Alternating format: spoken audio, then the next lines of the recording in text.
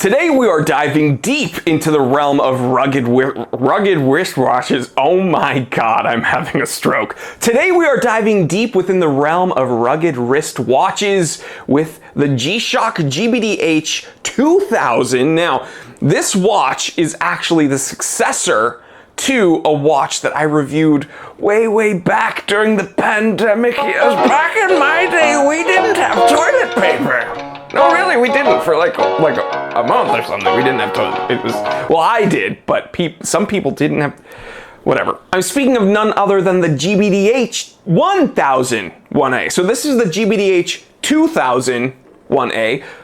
The other one that I reviewed was the 1000-1A, and on the surface they look a whole lot alike. In fact, they look kind of identical. This one obviously has a bright neon strap, but the other one was just all black. Now, I can tell you right out the box, this one feels very different. I'm gonna go into that in a moment, but let's go ahead and tell the time. It is 7:58 p.m.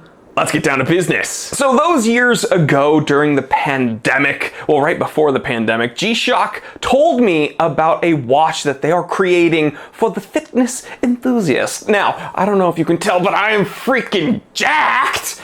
And I was a competitive powerlifter for most of my 20s. You can see my traps are still popping. I do a little bit of dabbling in the weight room still. You can...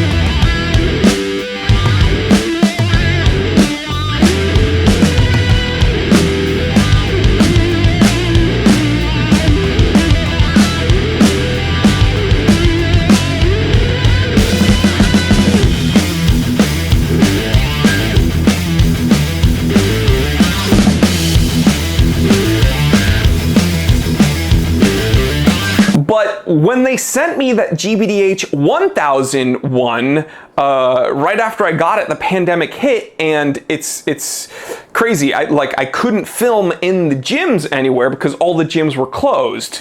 So then I started kind of getting into different kinds of fitness. It forced me to kind of branch out, and I started doing more like kettlebell workouts at home. I started running. I think peak pandemic, I was hitting like 3 miles a day with just under a 9-minute split. And for someone, I think I started the pandemic at like 250 or something, and I dropped down to like 220 or sub 220. So I lost a ton of weight. I'm back around like 232. I think I was 235 this morning.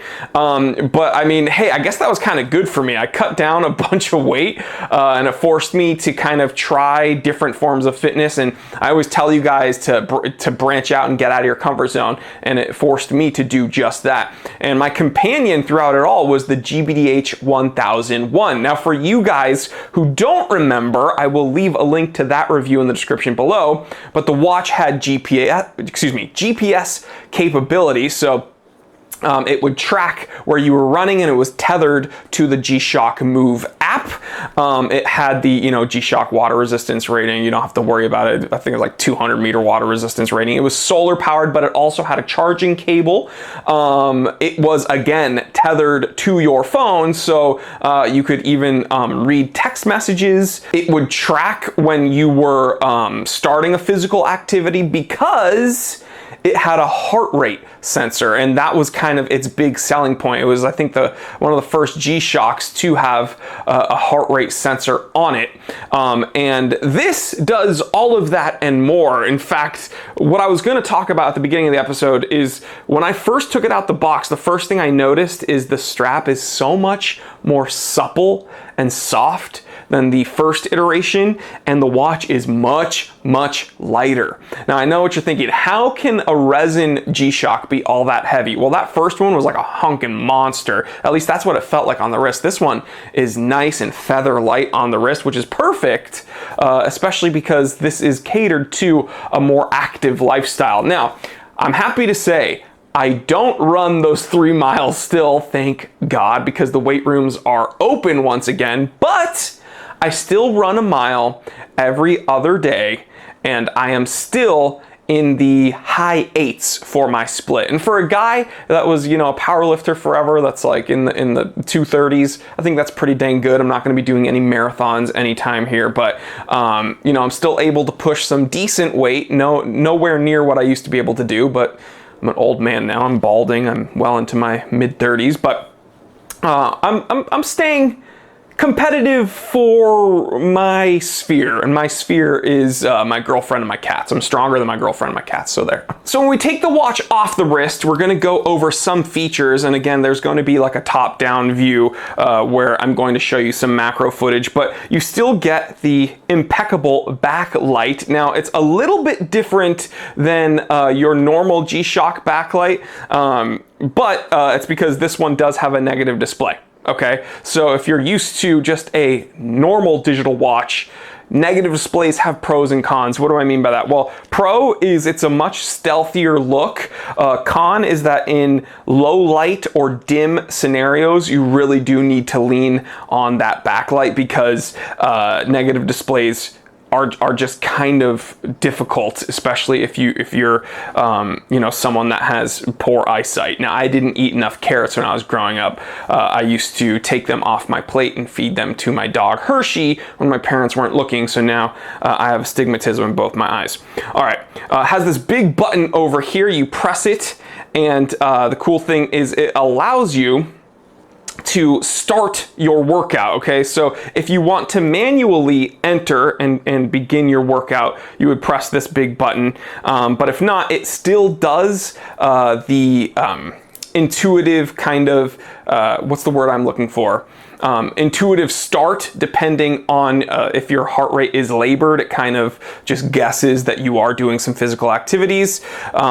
You still are able to tether this to the G-Shock app where you can log all your stuff.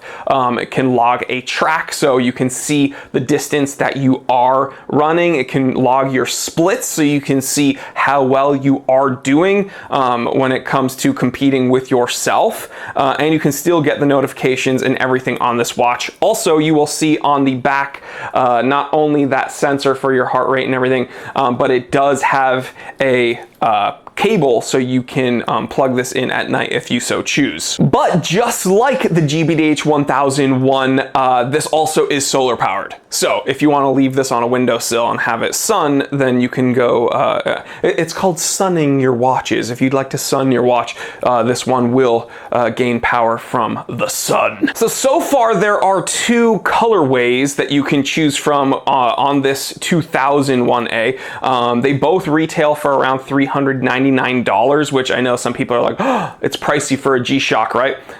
Most G-Shocks are around the $100 range, but when you get into like the master of G territory, they go for, the $1,000 range and up. We took a look at a $5,000 G-Shock on this channel, and we've even explored on the internet and seen some for the tens of thousands of dollars. So this is kind of, I guess, in the entry to middle lane of that. And again, for the functions that this has, this isn't just your everyday G-Shock. It does come with a bunch of connectivity and a bunch of added information that it gives you with that sensor. But there's 2 variants. One that's a little bit more flashy and interesting in my opinion because you are getting that kind of neon color and it's different than just your normal G-Shock. And I'm so bad with colors. I guess this is kind of like a hot pink, but it's cool. I actually really dig it. And then there's one that's just straight up black on black with some red accents where the hot pink would be.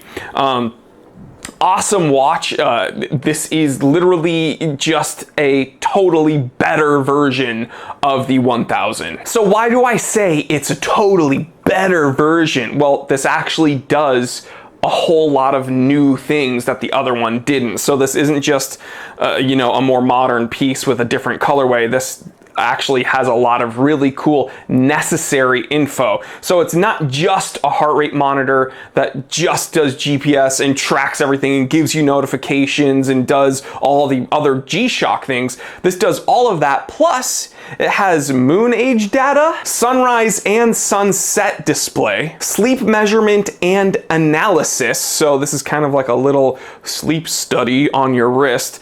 Not really, but it tells you how, I guess, your quality of that sleep and how long you were asleep. But one thing that I think the first one should have had, but didn't, but this one does, is it's an oximeter. So it gives you your blood oxygen. So I think that was a total missed opportunity for the first iteration, especially because if you are someone who's going, testing out their VO2 max or seeing, how well, I guess, how fit you are, right? If you are a fitness enthusiast that's measuring your fitness, then having a blood oxygen sensor, an oximeter, it makes total sense, and the first one probably should have had that. But I think it's very, very cool that this one does. And again, for just under $400, you can get all of that. So guys, I've been wearing this in and out of the gym for some time, and I've really, really enjoyed it. Again, it's just a better version of a watch I already loved.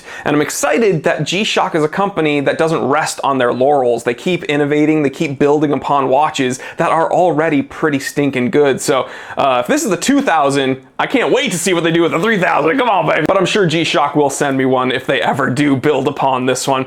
So would I get this one over the 1000? Absolutely, for all the reasons I've already stated. It does everything the first one should have done. And yeah, if you're someone who's getting into fitness, if you're someone like me who kind of was more from a sport-specific training background where it was like for powerlifting, I trained for powerlifting, squat, bench, deadlifts, and then accessories for those lifts. Now branching out to doing kind of more general fitness. Or if you're someone who is already, someone who's hardcore training, who is, 5K runner on the weekends and you do marathons every other month or whatever, I think this could be a watch that kind of runs the gamut. So at any fitness level, I think that this could be a good option, especially if you've been looking for something maybe like a Fitbit or a Whoop strap, but you're more of like a one thing on the wrist person. Why not get a G-Shock? So special thanks to G-Shock for teaming up with me again.